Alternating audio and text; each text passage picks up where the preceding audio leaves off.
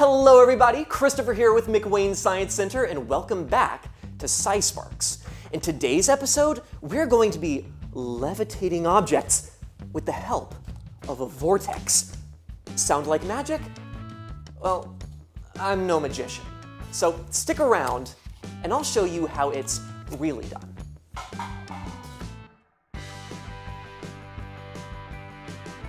Vortexes, levitation, sounds like I need cutting-edge technology, but everything I need for this experiment I can find in my own kitchen. A cup of water and an immersion blender. Now, while the blades are still, not much happens. But when I turn the blender on, wait. Now, it goes without saying that using a blender for anything other than its intended purpose is dangerous. Trust me, you do not want to end up on the wrong side of a spinning blade. So please, leave this one to the professionals and don't try this at home.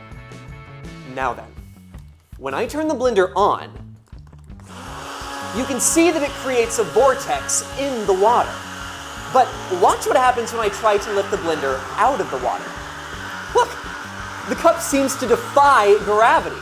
Not only is it hovering in midair, if you look at the black dot, you can see it rotate slowly along with the water. But as soon as I turn the blender off and the water stops spinning, gravity wins. Imagine this salt is the water in our cup.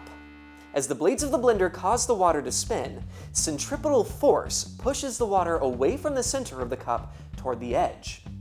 The faster it spins, the greater the centripetal force, and the more water is pushed to the edge. Here's a great example. While my water is still, we can see that the water level is sitting at exactly 250 milliliters. But when the magnetic stirring rod at the bottom of my beaker gets our water spinning, that water level starts to rise. The faster the water spins, the higher our water level climbs. Anyone who's ever lifted their glass to find their coaster stuck to the bottom knows that water can be sticky. That's called adhesion. And it's that adhesive property of water that explains why, as the water rises in the cup, it pulls the cup with it. And presto, floating water. Well, that's it for today. If you enjoyed this episode, leave us a like and comment down below if there's a video you'd like to see us cover. Plus, to catch new episodes as soon as they're released, subscribe to our YouTube channel or visit us at McWane.org. Until next time. Bye.